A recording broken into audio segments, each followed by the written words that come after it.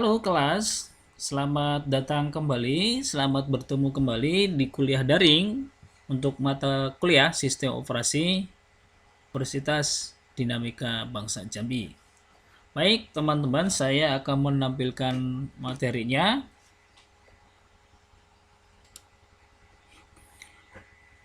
Baik kelas Sistem Operasi, materi yang akan kita diskusikan di pertemuan kali ini adalah pendahuluan untuk sistem operasi, ya. Baik, perangkat lunak, ya. Tanpa perangkat lunak atau software, sebuah komputer itu dinyatakan adalah hanya sekumpulan besi yang tak berguna, ya.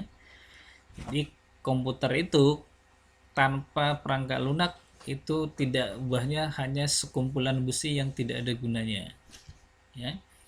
Nah, dengan demikian, bahwa software sebuah komputer dapat digunakan untuk menyimpan, mengolah data, atau memproses, mendapatkan kembali informasi yang telah tersimpan, menemukan kesalahan dalam program, memainkan game, menggunakan banyak sekali aktivitas lain yang bernilai.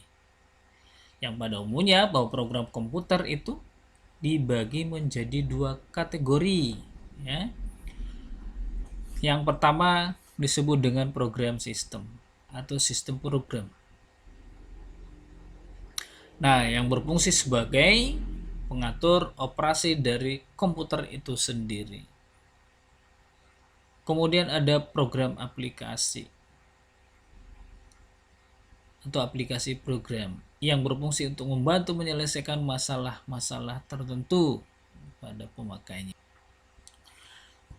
Oke, teman-teman, bahwa sistem operasi atau operating system merupakan program yang mengatur, ya, mengatur eksekusi program dan bertindak sebagai interface antar aplikasi dan perangkat kerasnya. Oke, saya ulangi ya. Sistem operasi atau operating system itu adalah merupakan program yang berfungsi untuk mengatur eksekusi program. Berfungsi mengatur eksekusi program dan bertindak sebagai interface antara aplikasi dan perangkat keras. Nah, kemudian saya juga mendefinisikan bahwa sistem operasi itu merupakan sebuah program yang berfungsi untuk mengendalikan seluruh komponen perangkat komputer. Saya ulangi ya, bahwa sistem operasi itu juga merupakan sebuah program yang berfungsi untuk mengendalikan seluruh komponen perangkat komputernya. Nah, tujuan sistem operasi tentu adalah untuk kemudahan, efisiensi, dan kemampuannya untuk berkembang, ya. Nah, kemudian dasar yang sangat penting dari sebuah program sistem adalah sistem operasi, ya, tadi ya saya sebutkan ya. Nih. Yang berfungsi untuk mengontrol sebuah sumber daya komputer, itu yang disebutkan tadi.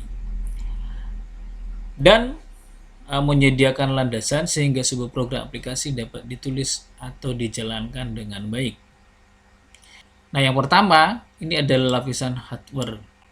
Lapisan hardware ini terdiri dari bahasa mesin, ya, ada bahasa mikronya di dalam, kemudian ada perangkat keras fisik atau physical device, ya. Lalu lapisan yang berikutnya lapisan program sistem. Nah, di dalam lapisan program sistem ini ada block compiler, utility, command interpreter, kemudian di sini ada sistem operasi, ya.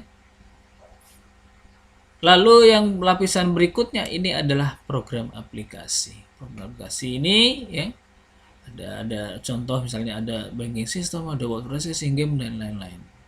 Baru lapisan yang teratas adalah user.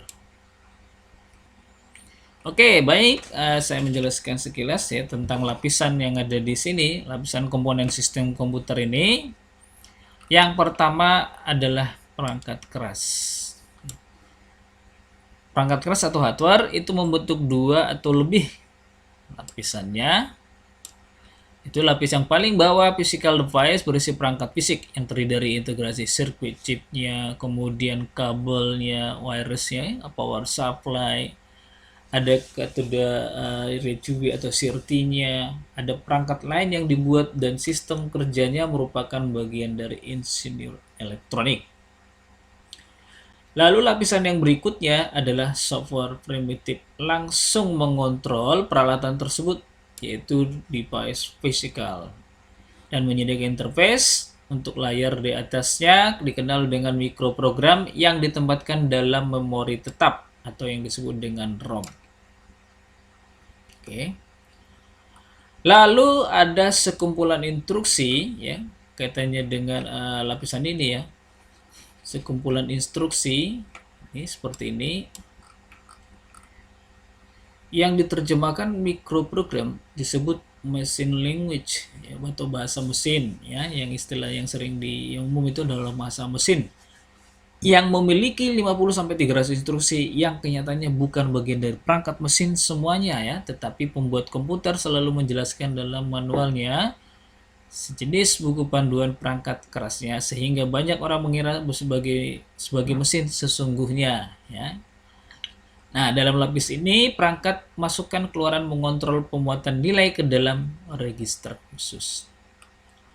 Nah, fungsi utama dari sistem operasi adalah menyembunyikan sebuah kekomplekan atau kerumutan dari pemberian programmer pada sistem operasi tersebut ya, sehingga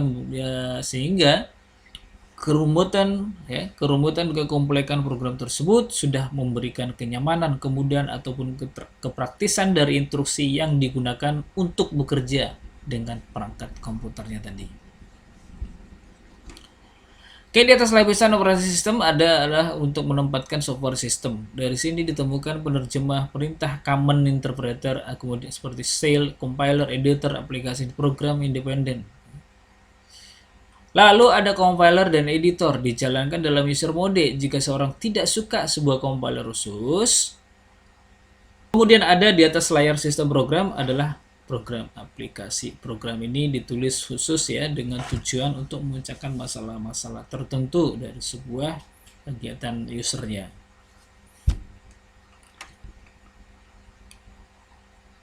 Oke, maka pengertian sistem operasi komputer adalah seperangkat program yang memantau dan mengatur pemakaian sumber daya komputer. Sumber daya komputer yang dimaksud di sini apa? Yaitu terdiri dari prosesor, memori utama, file, ada device input-output, dan lain-lain.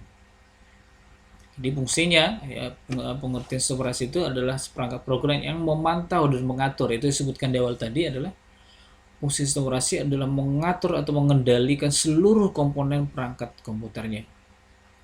Itu tadi yang terdiri dari prosesor, main memory, file, input-output device, dan lain-lain. Nah, sistem operasi juga disebut sebagai penghubung antar program user, dengan perangkat komputernya, dengan perangkat keras komputernya ya. Nah, kemudian seperti yang disebutkan tadi, fungsi sistem operasi merupakan sumber dari atau pengelola seluruh sumber daya sistem komputer. Itu yang saya sebutkan di awal ya, sebagai program yang mengatur dan mengendalikan seluruh komponen perangkat komputernya. Nah, fungsi sistem operasi selain sebagai resource manager, sistem operasi juga berfungsi sebagai extended machine atau virtual machine. Bagaimana sistem operasi itu menyembunyikan kompleksitas atau kerumitan pemrograman hardware dari programmer ataupun usernya ya, sehingga menyajikan fasilitas yang lebih mudah dan sederhana untuk menggunakan software. Bagaimana software tadi bisa saling berkoordinasi dengan perangkat keras yang ada di perangkat yang digunakan oleh si user tadi.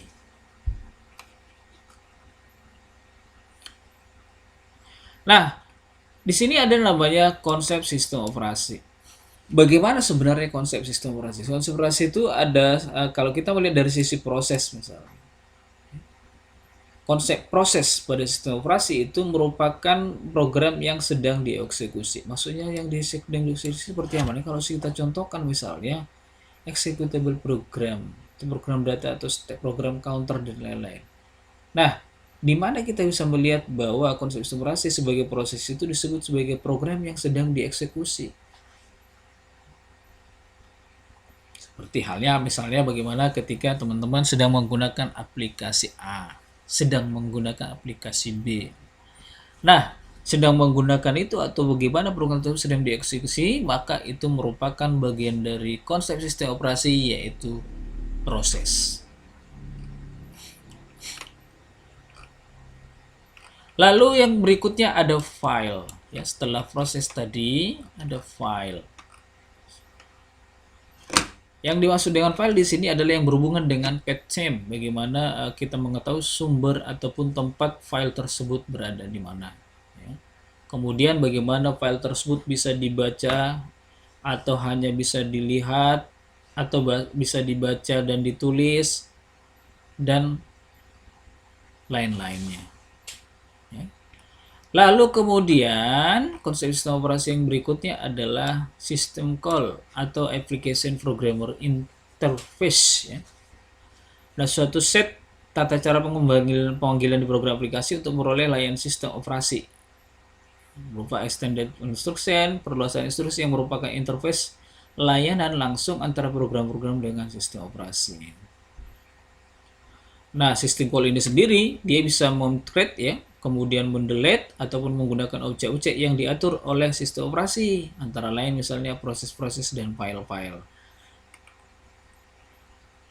Nah, kalau tadi di sini ada konsep sistem operasi, nah yang berikutnya ini adalah struktur sistem operasi. Ya, sedangkan untuk sistem operasi ada namanya sistem monolitik, kemudian ada namanya sistem berlapis, kemudian sistem dengan mesin maya, lalu sistem dengan client server, kemudian sistem berorientasi objek, kemudian model client server pada distribusi sistem, kemudian ada sistem berorientasi objek. Nah, selanjutnya teman-teman, layanan sistem operasi komputer itu ada yang disebut dengan layanan otomatis, yaitu bagaimana mengalokasikan sumber daya, kemudian catatan pemakaian, proteksinya, penanganan kekeliruan pindah baris, gulung jendela pada monitor, layanan permintaan pemakaian, ada yang disebut dengan loading, ada mengolah run, ada menyimpan atau save, bahkan ada yang disebut dengan menghapus atau delete. Nah, jenis operasi itu ada, kalau kita melihat dari aspek kegiatannya, itu ada namanya pemakai tunggal atau yang disebut dengan single user. Ada yang disebut dengan pemakai jamak, yang disebut dengan multi user. Nah, kalau berdasarkan jenis-jenisnya, ya seperti yang sudah kita ketahui, ada Linux, ada Microsoft Windows, ada Windows NT, ada Windows 10 dan lain-lain. Nah, demikian di sini ada beberapa generasi komputer ya, teman-teman boleh nanti dilihat di slide yang akan saya lampirkan juga di slide pertemuan ini. Oke, teman-teman bisa melihat di sini ada macam-macam sistem operasi ya. Sebagai contoh, ada iOS, ya, ada iOS, kemudian ada iOS ya, ada Windows, kemudian ada Android, ada DOS, Unix, Macintosh. Nah ya, ini yang di sebelah kanan ini merupakan logo brand dari sistem operasi yang disebutkan tadi.